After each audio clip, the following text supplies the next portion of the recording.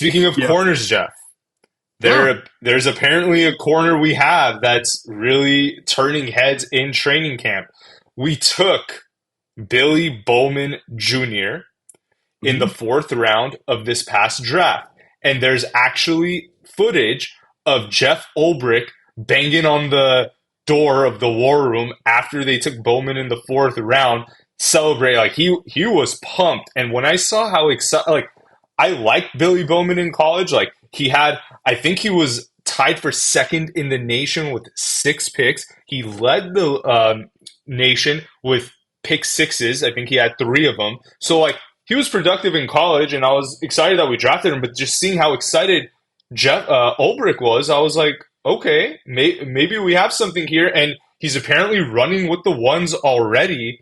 Jeff, do you expect Bowman to open up as our nickel corner week one? I do, actually, 100%. Um, he's going to be very good. And a lot of people were shocked he was sitting there in the fourth round. I think that's a guy you can argue has second round talent. I think when you look at both the secondary guys that the Falcons drafted this year, both of them drafted well beyond where anybody thought they would still be in the draft. And so, like, you can say what you want about this draft. You can say what you want about the Falcons trading away next year's first for another one this year. They absolutely killed this fucking draft. And you're the fact that you have a rookie, and I don't know if it says, what it could be a combination of a lot of things, right? Is Ulbricht's defense not that difficult that he looks good during installation? Is he just that exceptional? Is it a combination of both?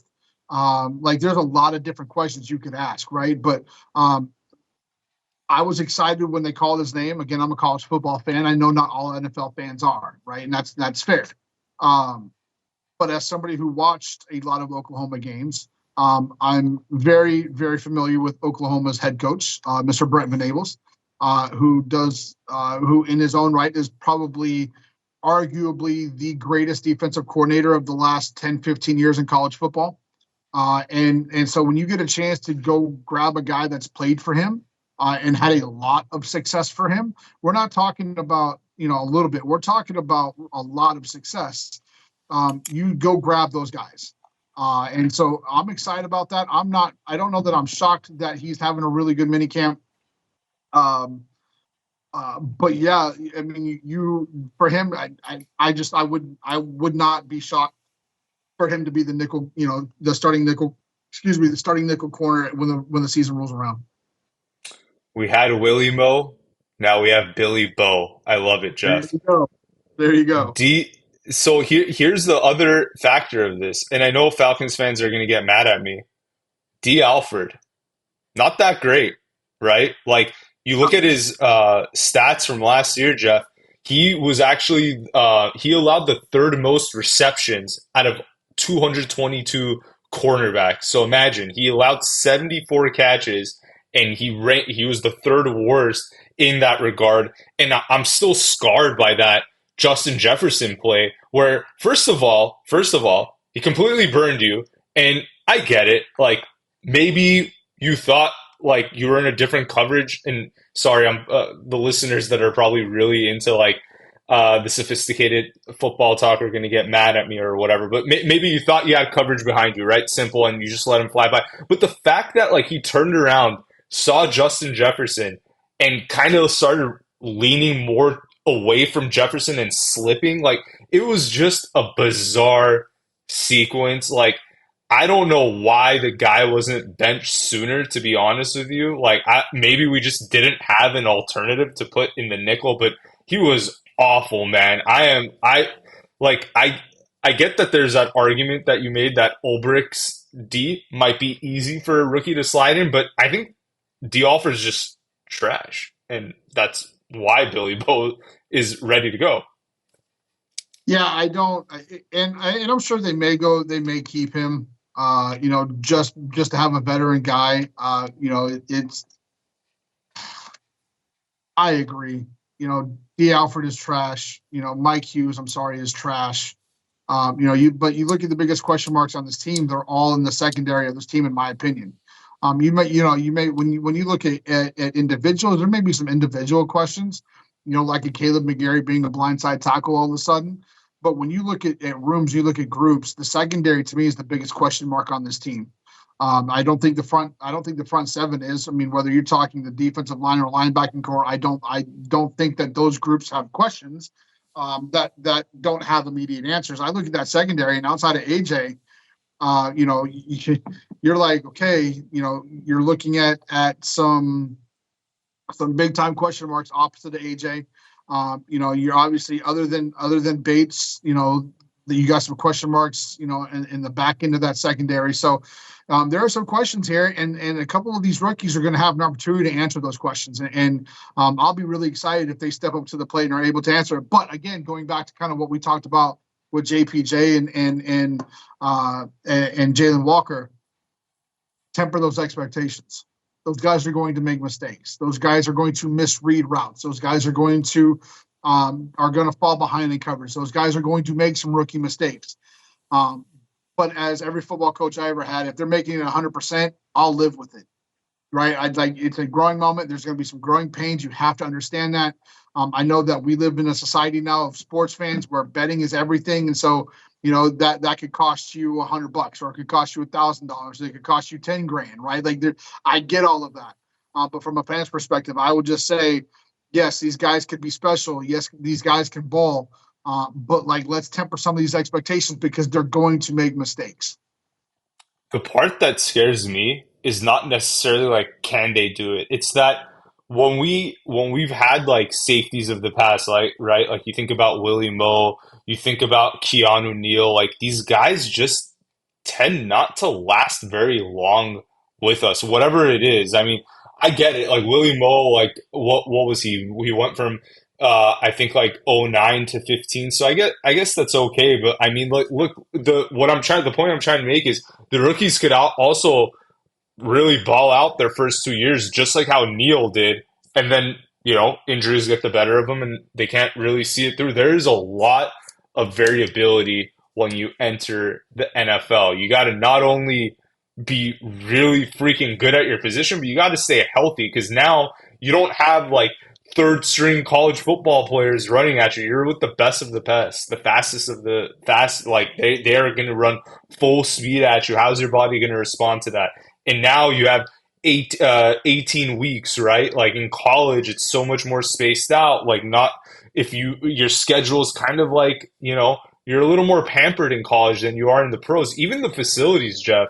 You hear some of these podcasts that the athletes go on, especially if they come from a school like Bama, Georgia, or whatever. They get into the NFL, Jeff, and they're shocked. Like that actually caught me off guard because like as a fan that I haven't played college football, I haven't played NFL football. Like I don't know what those facilities look like. Like I would have just assumed that if you get into the Tennessee Titans locker room, for example, that is better than UGA. But apparently that's not the case, which is crazy to me. I think when you look across the board, most the Tennessees, the Clemsons, the Georgias, the Alabamas, the Auburns, the Oregons, they all have far better facilities than any of these NFL teams do, and it's not even remotely close, right? But then again, it's a recruiting tool. In the NFL, yeah, you may be trying to woo a guy every couple of years, and short facilities may help. But those facilities mean a lot more to 18-year-olds that you're trying to convince to come spend the next 4 years with you. Whereas NFL guys, you pay them the most money, you offer them the most attractive money, well, they'll be okay, right? Like they'll deal with some things. And I remember back at the Georgia Dome, at the tail end of that, the Falcons locker room was absolute trash. The carpet was like coming up and bunching together, like it was bad. The smell was horrendous.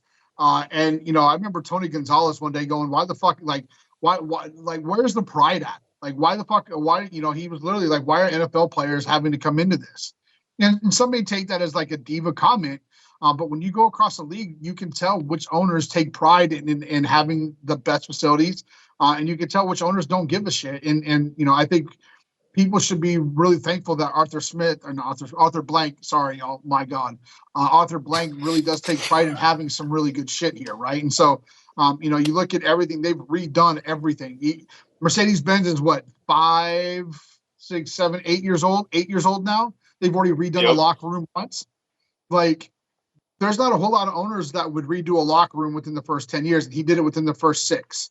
So, Yeah. like, it's as for as many faults as I think that Arthur Blank has, he's also got some upside, and big part of that is he doesn't mind spending money on things that the players want. And so, I think there's something to be said for that. Kind of circling back though, you talked about Keanu Neal, right? When you look at it's really funny when you look at like the for the most part when the Falcons have had Pro Bowl guys, they seem to be one and done, right? Like there aren't a whole lot, and then a lot of them crash and burn, right? Keanu Neal is probably a really good example of that. Vic Beasley is a really good example of that. You've got guys, and yes, we can talk about the Julio Joneses, we can talk about, the Grady Jarretts, we can talk about those things, but even with Grady Jarrett, like you realize the last time Grady Jarrett was a Pro Bowl pick was 2020. You know what I That's mean? Like crazy. been a long time, right? Jake Matthews has been a Pro Bowl pick, what, once or twice? Like it hasn't been many times. Chris Lindstrom, he's been selected three straight. And obviously, he's probably again one of the exceptions to the rules. But when you look at Falcons players, like these guys are like one and done, and then they disappear. Young Wei Koo was a Pro Bowler in 2020. What the fuck has he done the last 4 seasons other than miss a shit ton of kicks? Right? Like it's crazy that when they do find a guy, and maybe the staff will be different, right? Maybe this will be the staff that finally continues to develop those guys after they take that next step.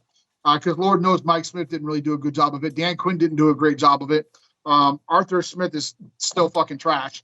Like hopefully this is hopefully this Raheem Moore staff is the staff that says, yeah, we've got some Pro Bowl caliber type guys. Let's continue to develop them so that they're not just a flash in the pan. I think if we have to think about a defensive player that's been fairly consistent for us, like let's say like 3 to 4 years of like high caliber Pro Bowl play, I think we got to go back to John Abraham, right? I can't think of. Well, I guess no. Actually, Grady Jarrett too, right? He probably had 3 to 4 years of consistent solid play. But the truth is, like, it's kind of like you get like one or two players over the past 20 years that have done that. Where like a lot of teams in the NFL have had several players like that. And the thing is, like, I feel like a lot of our first round picks, like, I'm just thinking top of mind, like Perea Jerry, Keanu Neal, Tack McKinley, like these guys, Vic Beasley, like we're taking these guys in the first round, and like they might show promise for a day, a year, a two, but then they just don't pan out. I don't know if we just like don't have a hot hand in selecting defensive players, but I will say this: when we took Jerry, I was kind of was a little younger then.